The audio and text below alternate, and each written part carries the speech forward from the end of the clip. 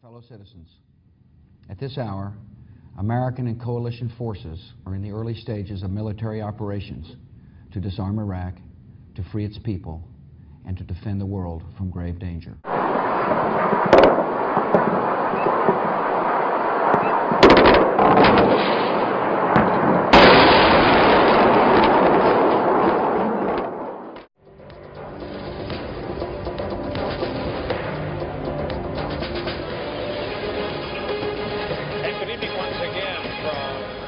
City, where we are looking at a live picture of downtown Baghdad. Chris Lawrence has our headlines from Kuwait. Plumes of smoke billowed over Baghdad. And for the second straight night, cruise missiles set fire to government buildings. The Pentagon promises an even more devastating blow, one that will shock and awe. Although this was not the shock and awe campaign that the Pentagon has been threatening. But Operation Shock and Awe is apparently, for the moment, on the back burner. You feel okay with that, Adam? Yeah, I got it, Brian. Go with shock and awe. Case, well, we're not exactly certain when the shock and awe will begin. Not exactly the kind of devastating bombing first planned in the Pentagon's campaign of shock and awe. Number two, an explanation as to why we saw none of this shock and awe. It has become the latest expression. No, I have no information that I can provide on that subject. Ask me a question I can answer. Iraqis have put 2 mortar rounds into our position here with the Patriot missile units. It appears they know exactly what they're doing, but what they were trying to target. Embedded journalists came to rise during the war in Iraq.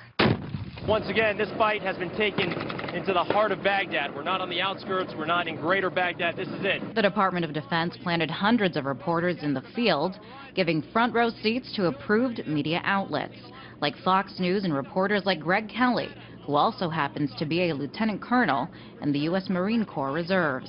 This was the first time that we were seeing war happening basically live on television 24/7, with the reporters right there in the middle of it. But also enabling the military to control what journalists see and better tell their story.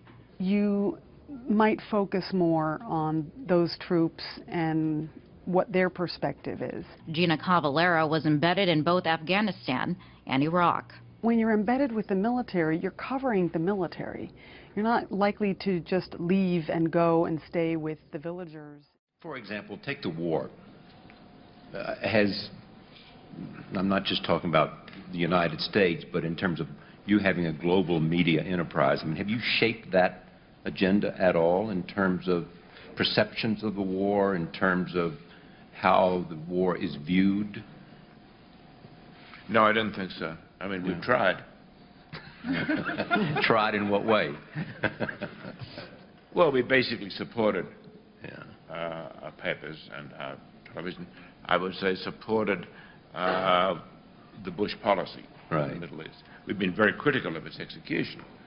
But our support hasn't meant very much, because clearly public opinion now has grown very, very tired of the whole enterprise. And that we will in fact find weapons or evidence of weapons programs that are conclusive. I don't think we'll discover anything myself. It appears that there were not weapons of mass destruction there. You said you knew where they were. I did not. We know where they are. They're in the area around Tikrit and Baghdad and east, west, south, and north. Well, first of all, I haven't lied. There are a lot of people who lie and get away with it. Talking about lies and your allegation that there was bulletproof evidence of ties between Al-Qaeda and Iraq. Was that a lie?